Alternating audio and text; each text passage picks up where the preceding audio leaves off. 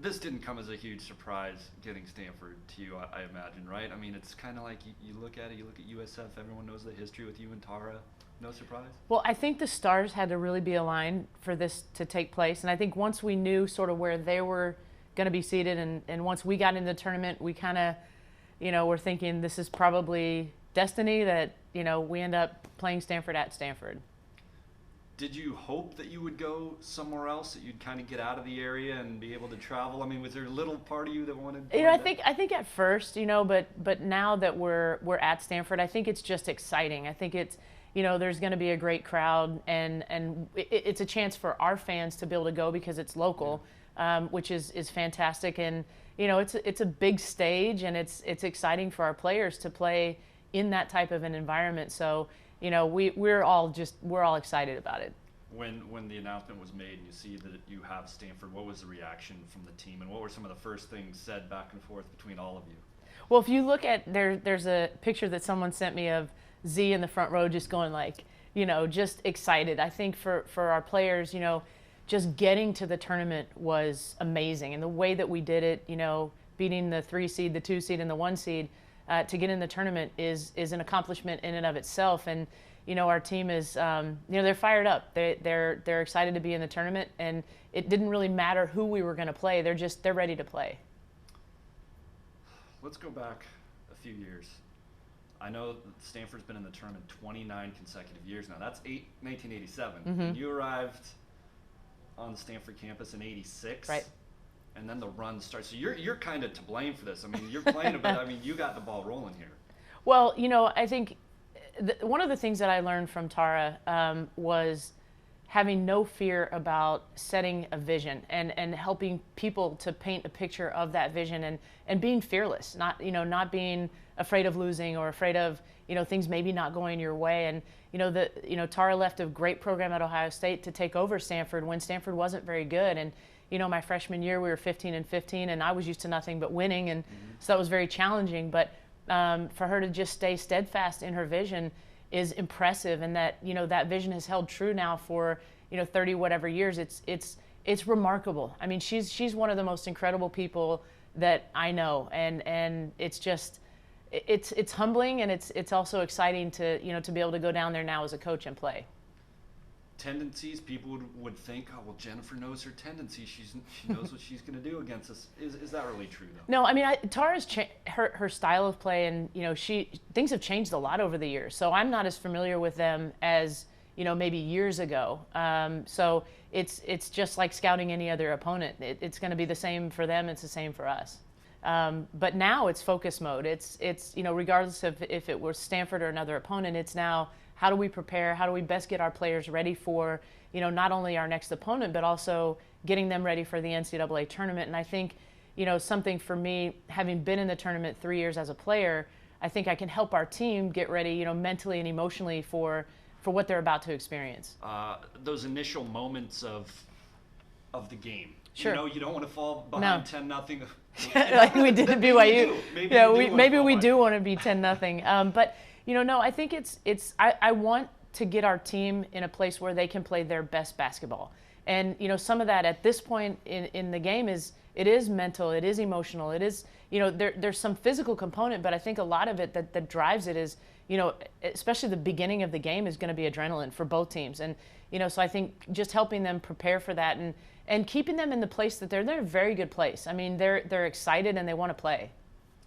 How do you block out the fact that Tara's 30 feet down the sideline from her? I know you've played against her, over the years since you've been here, but now the stage is bigger. Mm-hmm. Everything's on the line. You can upset them, and people say, oh, there's a passing of the torch, which we know Tara's going to go for another 20 years. Yeah, exactly. But just pretending she's just another coach.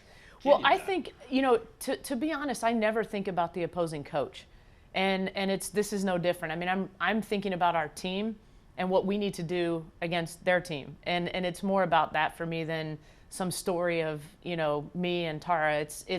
I guess it's interesting for people, but really I think the story is our team coming from 6th place in the WCC, beating the number 3, the number 2, the number 1, and really doing that back-to-back years. And it's the growth of our program. You know, we went from last in the WCC when we took over 6 years ago to now being on the top. And to me, that's the real underlying story. So if it means using me and Tara to get to that story, I think that's a remarkable story.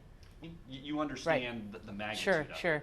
And I'm actually trying to not think about that so much, about what it would mean if we win, and you know, just doing the preparation to put ourselves in the best position for success in the game on Saturday, and you know, not thinking too much. You know, since I got to USF, we had to not think about results, and so that's kind of what we haven't done that from day one, and I think we need to stay true to that process, because we've focused on improvement since we've been here, and that's where our success has been. And you know, no matter how this game goes, I think that myself and our staff, and not only us, but our players, have done a fantastic job in building this program.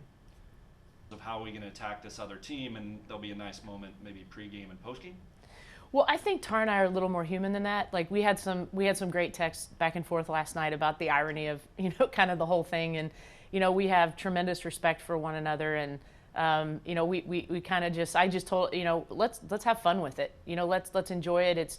It's great. You know, people are making it a great story, and so why not enjoy it? There's no reason to be, you know, stressed about it. And I think we'll both do our, you know, our normal game prep that I guess we would always do for another opponent. So, but you can't help that there's the friendly side of it. I mean, I love Tara. I think she's an incredible person. The key to beating Stanford as you look at it today, or keys? You know, I think tournament time, keys. You know, we've been saying this all along. I think barring, you know, talent, you know, you have to have some talent obviously on your team, but it boils down to a lot of times which team really wants it more. And I remember going into the national championship, and Tara said that to us, like, it's going to boil down to which team ultimately wants it more.